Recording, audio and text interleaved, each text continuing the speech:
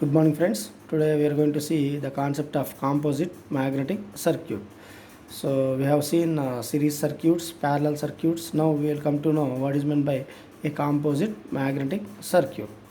So what is meant by composite magnetic circuit? If a circuit is formed, a magnetic circuit is formed with different materials, different parts with different materials. See, if a magnetic circuit consists of different parts of different materials having different permeabilities, different cross sectional areas and different lengths connected in series, such a circuit is known as composite series magnetic circuit. For example, consider this diagram. In this diagram, this part, from this part to, so this is one part. Next, this is another part and this is another part. That means this circuit is entirely consisting of three different materials. For example, this material is a cast iron material, this is a steel material, for example this is an aluminum or any other metal. So we have formed this magnetic circuit with three different materials. For example, this is the area of cross section. For example, consider this is material 1. This material 1 has different area of cross section A1, different length L1, and this is a different material, its permeability is mu1. Next, for example, this part, it is a steel. Consider this is iron and this is steel. For steel we have different permeability, that is mu2, different area of cross section A2, and it is different length L2. Next, consider this as, for example, aluminum or any other metal. So this is iron, steel, or this is aluminum. This total length is, this part length is L3, its area of cross section is A3, and its relative permeability is mu3. So the circuit is entirely divided into three parts. Part 1 consisting of one metal, part 2 consisting of another metal, part 3 consisting of another metal. Three different parts have three different materials, three different area of cross sections, and three different lengths. So that is why this type of magnetic circuits are called a composite magnetic circuit. And we have considered, we have cut this ring into a small fraction. This part is air gap, that is called, this part is called air gap. So we have cut this ring to a part, small part, the part is called air gap. The length of the air gap is Lg, area of cross section of the air gap is Ag, and permeability of this air gap is mu g. So now we will define some of the terms. First, A1, A2, A3 are area of cross sections of the three parts. L1, L2, L3 are lengths of the three parts. This is one part, this is part 2, and this is part 3. And mu1, mu2, mu3 are permeability of the three parts. And Ag, μg and Lg are area, length and permeability, area, permeability and length of this small air gap. So equivalent electrical circuit is shown in figure. This is equivalent electrical circuit. For example, mu1 is equal to, consider part 1. For part 1, mu1 is equal to, we already know what is mu, permeability mu is equal to mu naught into mu r. Therefore, for part 1, mu1 is equal to mu naught into mu r1. Similarly, for part 2, mu2 is equal to, so for part 2, mu2 is equal to mu naught into mu r2. Mu3 is equal to mu naught into mu r3. That is given. Mu1 is equal to mu naught into mu r1. Mu2 is equal to mu naught into mu r2. Mu3 is equal to mu naught into mu r3. For air gap, we have considered, for air gap, mu g is equal to mu naught into mu rg. But what is this mu rg? Relative permeability of the air, already we know, which is 1. The relative permeability of the air is 1. So here mu g is equal to simply mu naught. Already we know what is mu naught, absolute permeability, and its value is given by 4 pi into 10 power minus 7 Henry per meters. So for air gap, mu g is equal to mu naught into mu rg, but mu rg value is 1. Therefore mu g is equal to directly mu naught, that is 4 pi into 10 power minus 7 Henry per meter. The total flux produced in this circuit is 5 Webers, which is produced by mmf, that is mmf is number of turns multiplied by current, n into I. The total mmf can be obtained again with the two methods. What is the total mmf in this circuit? The number of turns multiplied with current. Total mmf is equal to number of turns multiplied by current, which is responsible for production of flux in the circuit. So how we are going to find this total mmf in this circuit? Again with the help of two methods. What are the two methods? Now consider method 1. For this, total reluctance is given by total reluctance is equal to, since these three parts are connected in series, part 1, part 2 and part 3. These three parts are connected in series. For example, part 1 we have reluctance S1, part 2 we have reluctance S2, part 3 we have reluctance S3. Since these three are connected in series, then the total reluctance S is equal to sum of the reluctances, S1 plus S2 plus S3 plus Sg.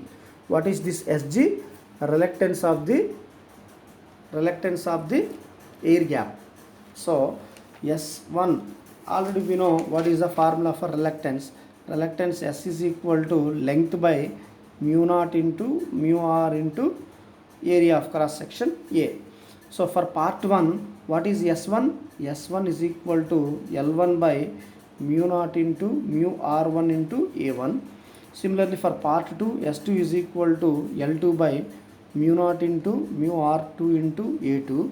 Similarly for S3 is equal to L3 length 3 by mu naught into mu r3 into A3. Similarly for air gap, Sg reluctance, Sg is equal to length of the air gap Lg by mu naught into mu rg into area of cross section Ag. I already know mu rg, relative permeability of the air, is 1. So reluctance of the air gap Sg is equal to length of the air gap Lg by mu naught into Ag. So add these four, S1, S2, S3 and Sg. Total reluctance is equal to S1 plus S2 plus S3 plus Sg, that is L1 by mu naught mu r1 A1 plus L2 by mu naught mu r2 A2. Next L3 by mu naught mu r3 A3, Lg by mu naught into Ag. Therefore the total mmf is given by total mmf Ni is equal to, already we know formula for mmf. mmf is equal to flux into reluctance. This is a formula for mmf. Therefore total mmf is equal to flux into reluctance, that is pi into S. This is one method of finding the total mmf, because in the given problem, for problems he is going to give the length of the three parts and area of cross section of the three parts, and he is going to give the relative permeability mu r1, mu r2, mu r3, and mu naught value already we know 4 pi into 10 power minus 7. So he is going to give all this data, length, mu r1 and area of cross section, all we are going to get in the problem. So first we are going to find the total reluctance, and in the problem the flux is also given. So if you multiply flux with reluctance, I'll get total mmf. So this is one method of finding mmf, total mmf in the circuit, for this circuit. So next we will see method 2. Okay, next we will discuss method 2. Here we will see flux densities in different parts of the circuit. For example, for part 1, so for this part 1 we are going to calculate flux density, that is we have assumed as B1. For part 2 we are going to take B2. For part 3 B3. For Lg, that is air gap, we are going to take Bg. So B1 is equal to, here the flux is constant. Even though we have different materials used, the flux is constant because all the three materials are connected in series. So if series connected, the flux is constant. So everywhere the flux is similarly same 5. Here flux is not going to change, even though through this air gap also the flux is constant. So B1 for part 1, flux density B1 is equal to flux by area 1, B2 is equal to flux by area 2, B3 is equal to flux by area 3, Bg flux density in the air gap is 5 by cross sectional area of the air gap, that is Ag. The field strengths of the different parts of are given by field strength. Field strength is, what is the symbol used to indicate field strength? H. Already we know this relation, Bu is equal to B is equal to mu into H, that is equal to mu naught into mu r into H. Now we have determined flux density for different parts, that is B1, B2, B3 and air gap Bg. Now we will come to see the field strengths of the different parts are given by H1 is equal to, so from this formula first what is H? H is equal to, I can write B by mu, that is B by mu naught into mu r. So with this formula, first H1 is equal to B1 by mu1 mu naught into mu r1, that is for part 1 field strength H1 is equal to B1 by mu naught into mu r1. For part 2 H2 is equal to B2 by mu naught into mu r2. For part 3 H3 is equal to B3 by mu naught into mu r3. Similarly for air gap, field intensity Hg is equal to Bg by mu naught into mu rg. Here it is value is 1, therefore Hg is equal to Bg by mu naught. So this is given. H1 is equal to this much, H2, H3 and Hg values are given. Then the individual MMFs of the different parts are given by, we have 4 field strengths H1, H2, H3 and Hg. Therefore what is H? Field strength H is equal to N into I by L, that is N into I is nothing but MMF by length is equal to H. From this what is MMF? MMF is equal to H into L. This is the formula. So we have 4 different field intensities. Then what is MMF 1 for part 1? For part 1, MMF 1 is equal to field strength H1 into L1. For part 2, MMF 2 is equal to field strength H2 into length L2. For part 3, MMF 3 is equal to H3 into L3. For air gap, MMF G, suffix G is equal to Hg into Lg, that is given. MMF 1 is equal to H1 into L1, MMF 2 is equal to H2 into L2, MMF 3 is equal to H3 into L3, and MMF for air gap, MMF G is equal to Hg into Lg. So we have 4 different MMFs. If I sum up all these MMFs, I will get total MMF. Therefore total MMF is equal to sum of the 4 MMFs, MMF 1, MMF 2, MMF 3 and MMF G. If I add these 4 MMFs, I will get the total MMF for this circuit. So total 4 parts, part 1, part 2, part 3 and this small part called air gap. So this is the total MMF. So these are the 2 methods of finding total MMF. One with the help of reluctance, another one with the help of flux densities and field intensity or field strength H values. Okay. So this is about composite magnetic circuit. Another important topic, significance of air gap in the magnetic circuit. What is the importance of knowing about the air gap in the magnetic circuit? For air gap, we already know the relative permeability is 1, because for air as a medium, the relative permeability is 1, which is the least value as compared to other magnetic materials, because this relative permeability value changes depending upon the material used. For cast iron, it is some value, it is steel, sheet steel, so other mica or paper, glass, whatever it is, for different types of materials, the relative permeability changes. For as far air is concerned, air is taken as a medium, the relative permeability is 1, which is the least value when compared to other materials. Therefore, the absolute permeability of the air gap is mu g, that is mu naught into mu rg. Mu rg as 1, therefore mu naught into 1, that is mu naught, that is given as 4 pi into 10 power minus 7 Henry per meter, which is already known value. So, what is the conclusion from this? The permeability of the air gap has the smallest value of the all magnetic materials. What is that meaning is, the permeability of the air is very low. What is permeability? The ability to allow the flow of flux through the part or material. That is called permeability. So, as far as air is concerned, the permeability is very low. That means the air does not allow too much flow of flux.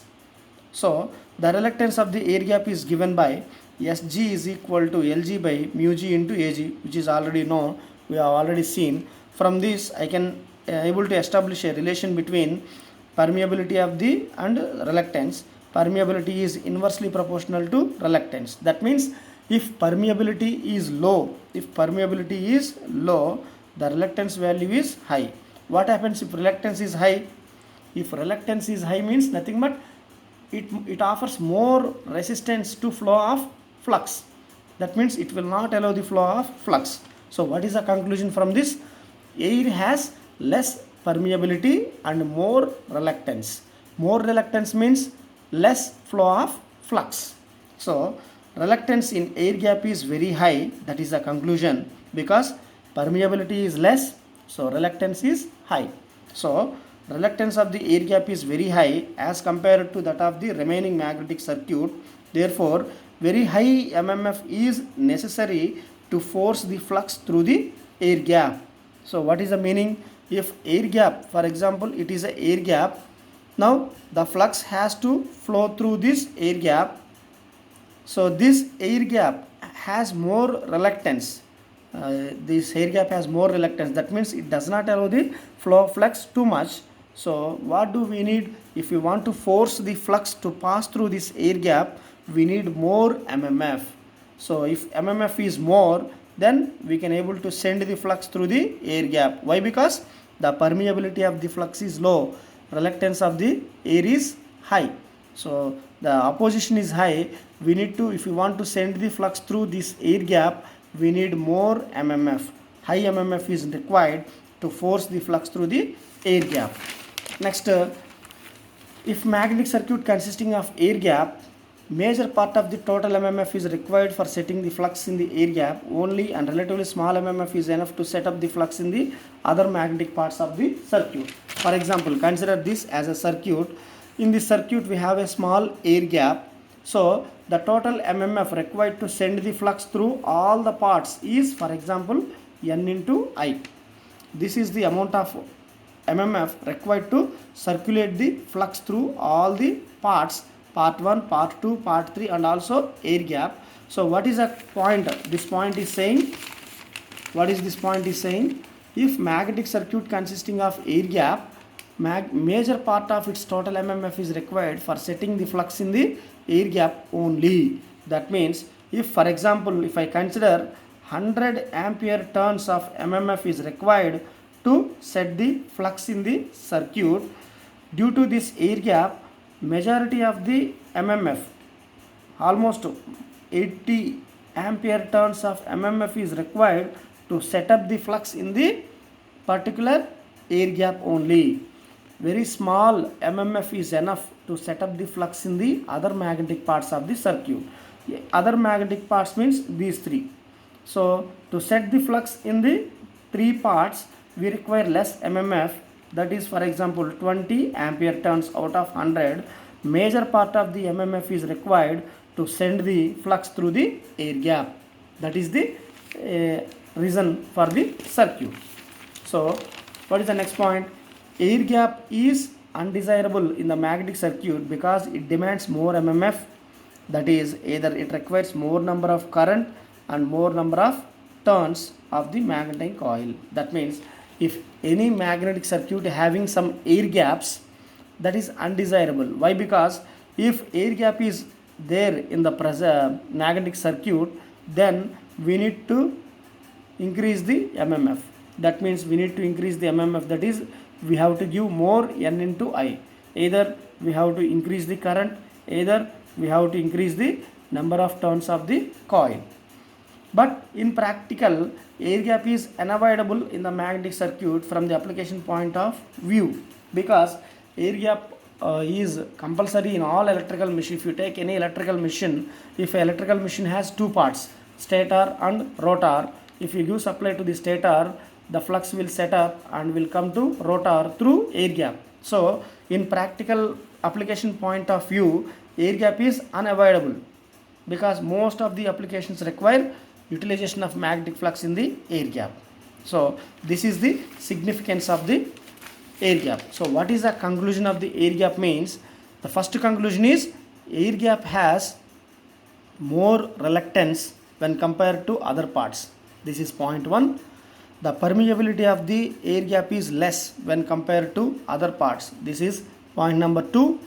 Point number 3 is, conclusion number 3 is, if any magnetic circuit having air gap, the total mmf required to set up the flux is major part of the total mmf. Major part of the total mmf is utilized to set the flux, to force the flux in the air gap. Only a small amount of mmf is required to circulate the flux in the remaining parts.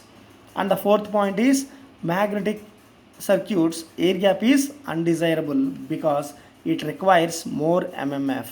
That means it requires more current to flow through the coil, or we should increase the number of turns. But if we cannot ignore the air gap, because in electrical engineering many applications like machines, transformers, either DC machines, AC machines, different types of materials or machines, they require the use of magnetic flux in the air gap. So this is the significance of air gap in the magnetic circuits. And thank you, and I'll send the material of these in the respective groups. You have to do the assignments and submit, and send me a mail, send me a soft copy to my mail ID, which is I already given to you. In the next class we are going to see some of the problems of this series, parallel and composite magnetic circuits. Thank you.